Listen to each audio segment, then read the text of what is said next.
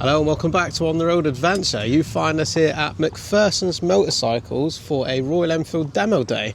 We've got some great motorcycles in here and most importantly the best coffee ever, so you must come here. They've also teamed up the Demo Day with a bike night as well, so hopefully we'll get a ride on a Royal Enfield that we haven't ridden yet, and yeah, we're going to see lots of bikes and friendly faces.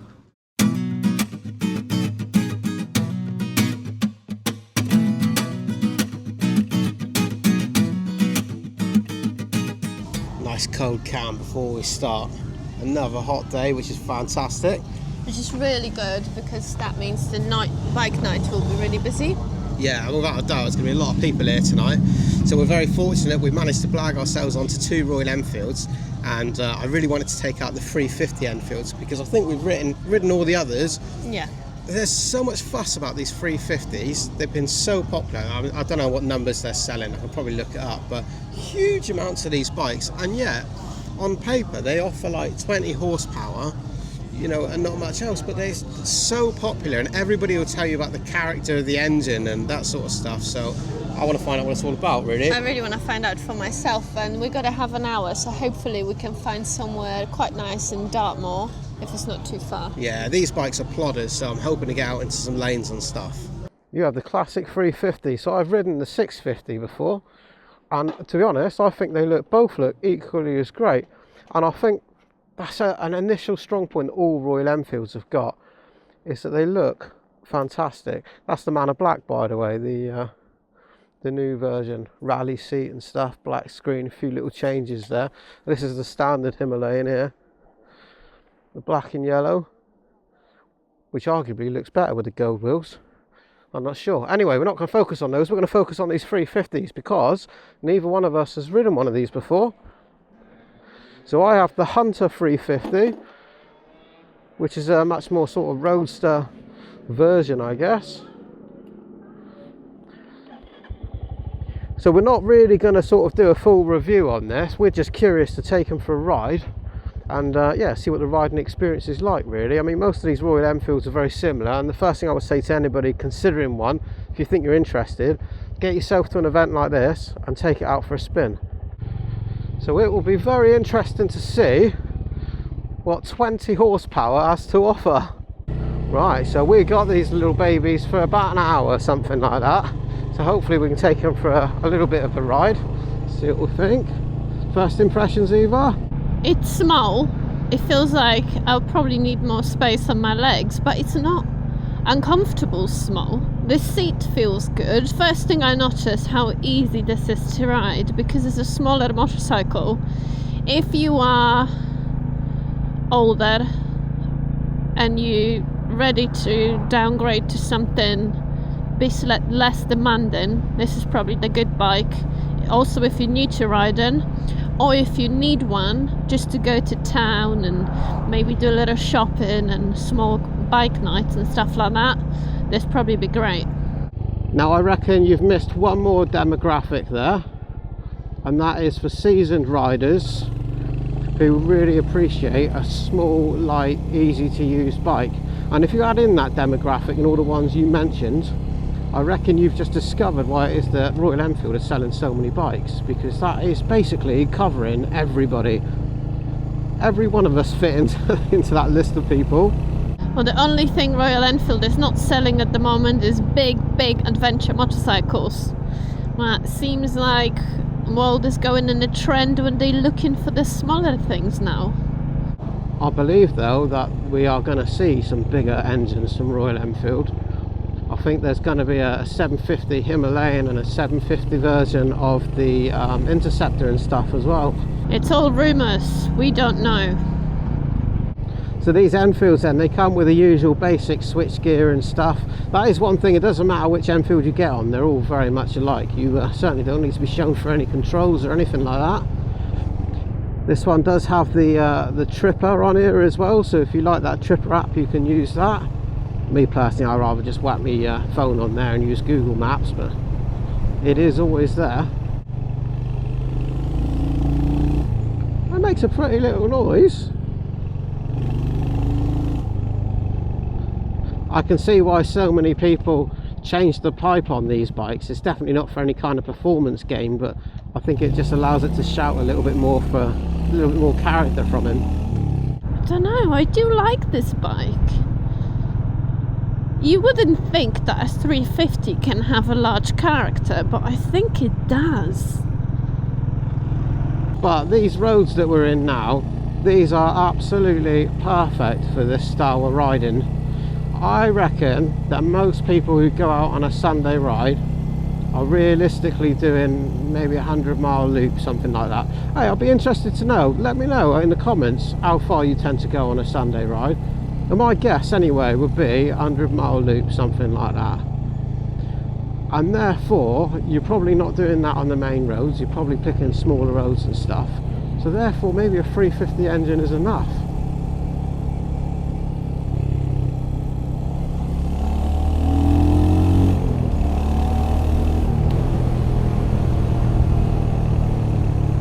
I definitely wouldn't want to ride these lanes any faster than I am now, whether I was on a 1000cc sports bike or any other bike.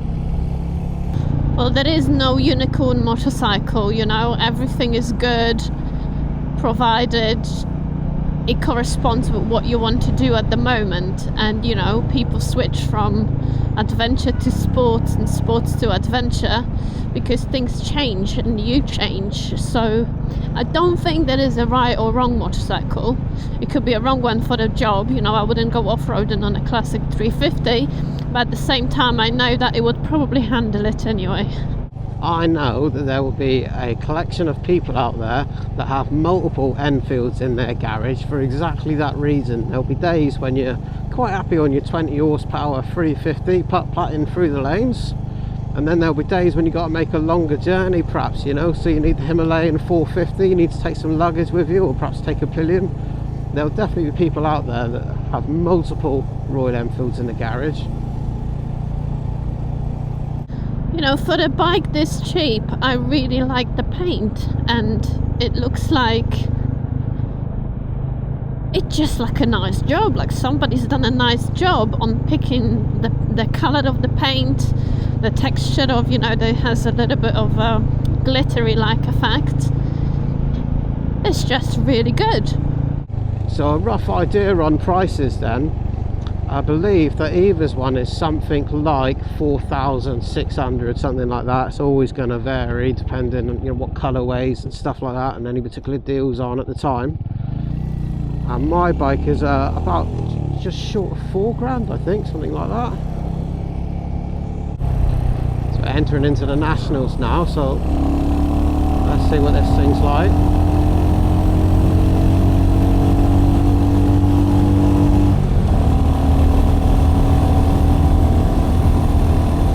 It doesn't get there very fast, I'll be honest with you, I am flat out, but this bike never pretended to be a race bike either. But I don't feel like it's so slow that it would be dangerous either.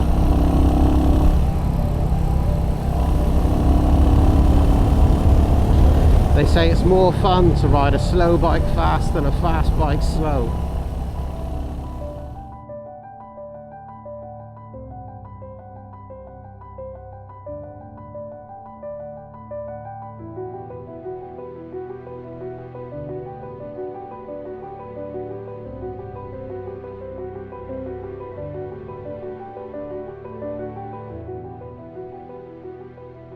Honestly, 1 hour is not enough at all. It's like no time at all. For me, I think the main appeal with the Enfields, I'll be honest, especially like your one for example, is I think that they're pretty little bikes. And I think the one that I'm on, the Hunter, is, you know, it's more of a practical bike really today. But it's good to ride it because the engines are the same in all of them. And, you know, I know it's going to be a personal thing as well as to which one people like more, but I really like the classic look and the Bullet as well, the 350. I just think that they're great looking bikes, and you can have a bike that looks fantastic and you can customize them and stuff as well, which is nice. There's endless aftermarket parts and things for them because of course they've been around for a long time, so you can really make it yours, and it's not going to cost you an absolute fortune. You ever hear from somebody who's got a really nice bike and they say those words that always surprise me? I don't ride it very often. I'm trying to keep the miles down. Like, Make that make sense to me. It just makes absolutely zero sense. You've got a bike that you absolutely love, and you love it so much that you don't want to ride it because you're trying to keep it nice for the next person. I definitely understand that it's about keeping the value of the motorcycle, but again, motorcycles are meant to be toys. They're meant to be expensive enough so they're good, and cheap enough so you can afford a second one if anything happened. Yeah, I think if you're buying motorcycles, we see this a lot actually with depreciation values and things like that, especially when you're comparing to Chinese bikes and things. But if you're buying a motorcycle as an investment, then you're making a terrible investment, I would say. There's very few bikes where that will pan out well for you.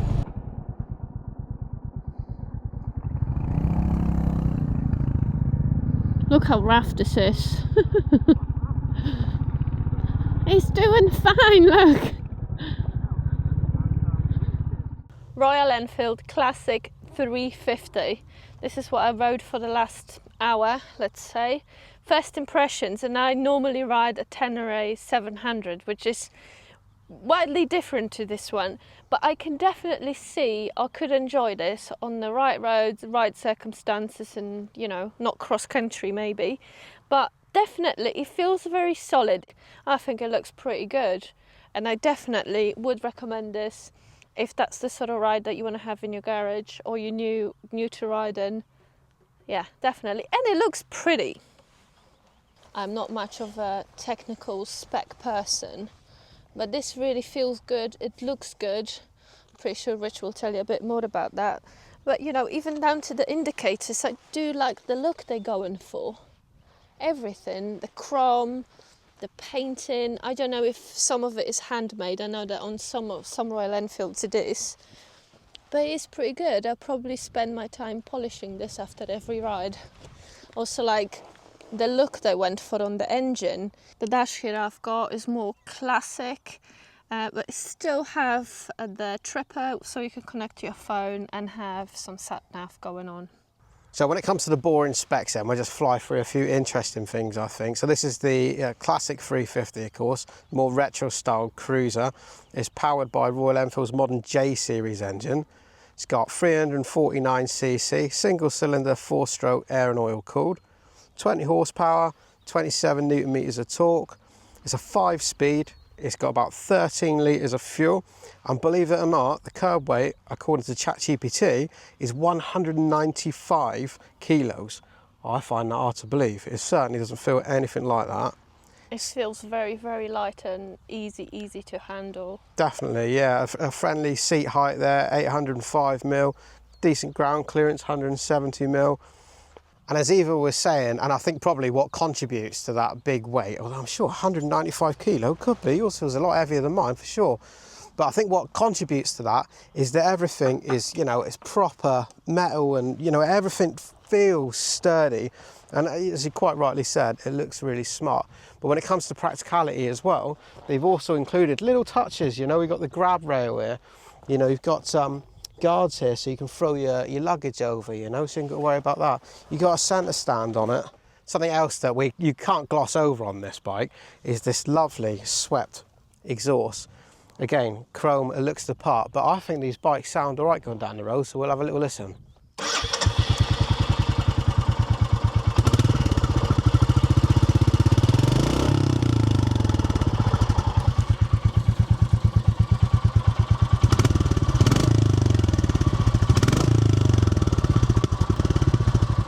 With an aftermarket pipe, I reckon that would sound like a nice little thud going through the lanes. Alright, so this is my fun little roadster. This is the Royal Enfield Hunter 350. It's the same engine, so you're going to get the same engine specs with this. 20 horsepower, 27 newton meters of torque, all the same really. But there's a lot of styling differences. So with this one, you can see it's got this nice one-piece seat, which, as Eva said, we've been riding an hour or so. I've got no complaints, but it is only an hour. But this one's a lot more blacked out, a lot more stealthier. So I think that's in fitting really with this being a bike that you're much more likely to be using to go to work and back, that sort of thing. So there's going to be less cleaning involved. You've got the same 13 litre tank there, nice matte black finish and stuff on there. We've got the alloy wheels now, black, so no polishing, no spokes to be cleaned and anything like that. This one's got a slightly different dash setup to either. So I've got the tripper and the more sort of analog or modern analog looking dash there as well. So we've got a completely different exhaust on this one. So this one's obviously much shorter. Again, blacked out, so you haven't got to worry about the polishing of the chrome and that on this one. Let's have a little listen. I wonder if it sounds any different.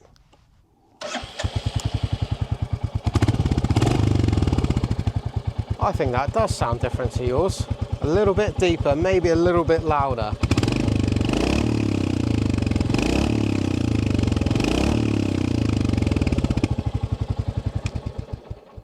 And lastly, this one is in fact suitable for a pillion, probably a fairly small one. Maybe we'll try this in a minute, but you've got your pillion pegs there, grab handles for the pillion in a sensible place, make them feel safe.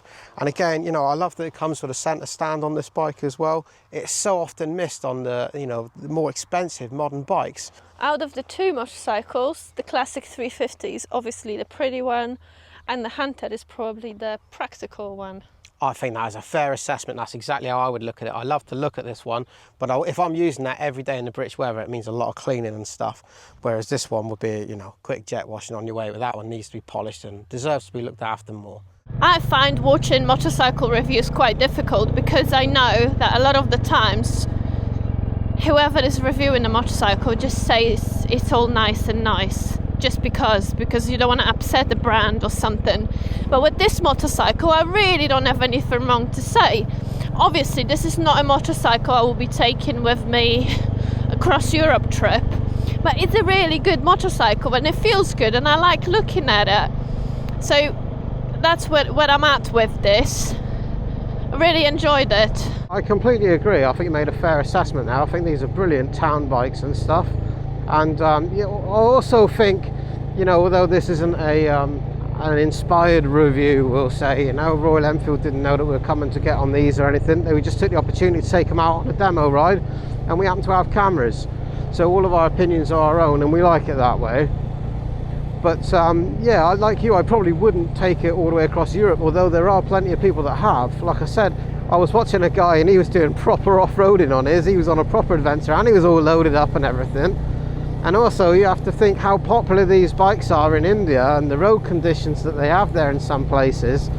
You know, these bikes, they do stand the test of time. They take a bit of a beating, and it's another example of simple being best. I know I've seen some videos from India and how rough the terrain can get, whether you're off-roading or on-road, and how many unexpected things can jump at you. So if a motorcycle is really popular and reliable in India, it's probably good for our potholes, to be fair. Right, well, we need to get ourselves back to Macpherson's Quick Smart. The guys who are doing the Royal Enfield Demo will be waiting for us with their van, waiting to go home for their tea. We took a bit longer than we're supposed to, I think, but that must be a good sign for the bikes, right? I have taken out bikes before, and yeah, I've been back in 15 minutes. I've absolutely hated it. So I guess when somebody goes out and they take the full time and longer, you know, that's a positive for the bike, really. But yeah, looking forward to a nice busy Macpherson's bike night. If you're ever in the Devon area, you'll see shortly in a minute that yeah, they put on a nice bike night, a fantastic coffee, good pizza and burgers and things as well, and great company. They also, of course, stock the Royal Enfield, so if you feel inspired by our little ride around and our thoughts on it, and, you know, as I said earlier on, take the opportunity to take one out for yourself, because you can listen to other people on the internet all day long and everybody will have a different opinion most likely, but the only one that really matters is yours and what you thought of it when you rode it. We got lost a little bit on the way back, but there wouldn't be a ride if every turn was the right turn, would it? So typical for us. It's always the same as well when you're trying to be quick. No, so we are 7 minutes late from the ride. Hopefully we're not going to get crucified for this.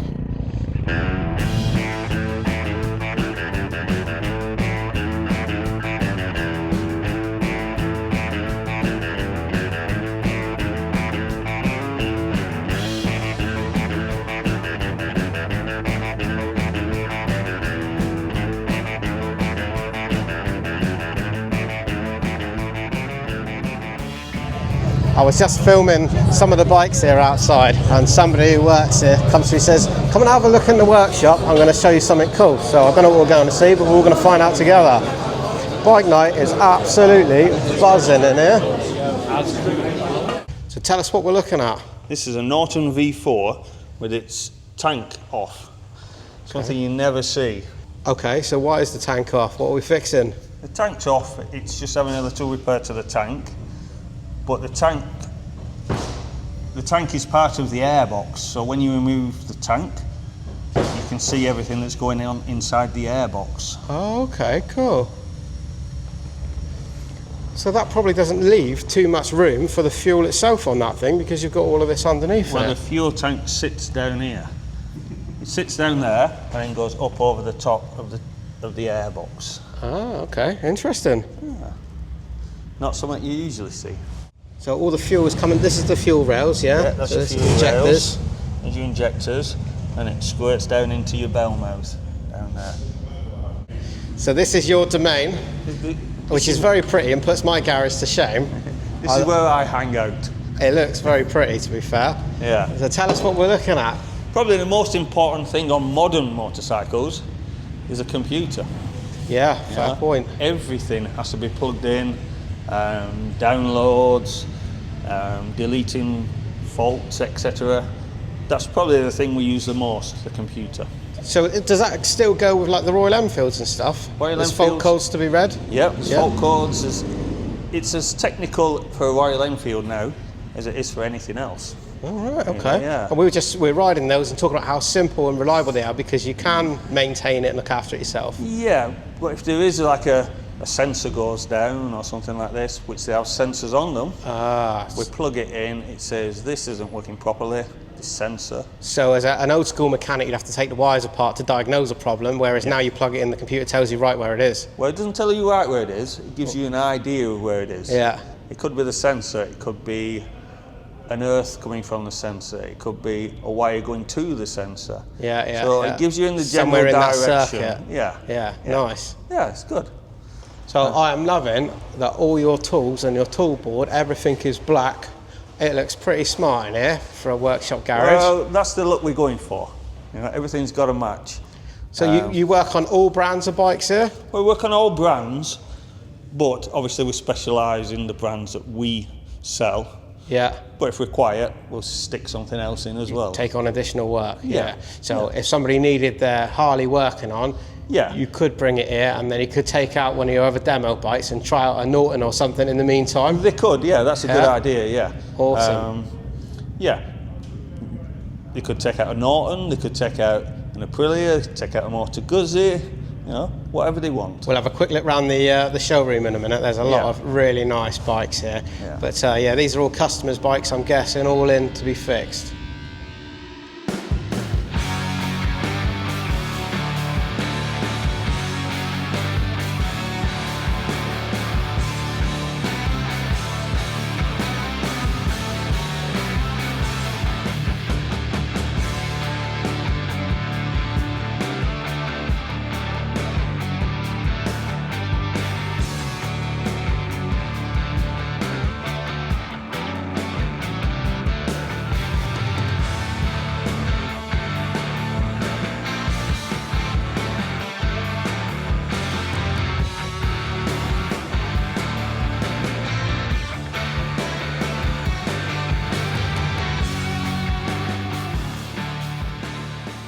As per usual, we are one of the last people leaving a bike night. Always, yeah. We just love it so much. I could sit here even longer, but I feel like, you know, everyone wants to clean up and go. Yeah, they're literally cleaning up around us. What we should do, We should go. Hopefully you guys have enjoyed it. You know, we've got to ride the 350 now. It's been a while. You know, I've seen that one and wanted to have a go. So thanks to Macpherson's and Royal Enfield to put on that event. You know, we're lucky in this country we have these opportunities. So, and a bike night to boot. Fantastic. Thanks so much for joining us, guys. I'll see you in the next one. Love you, bye. Love you, bye.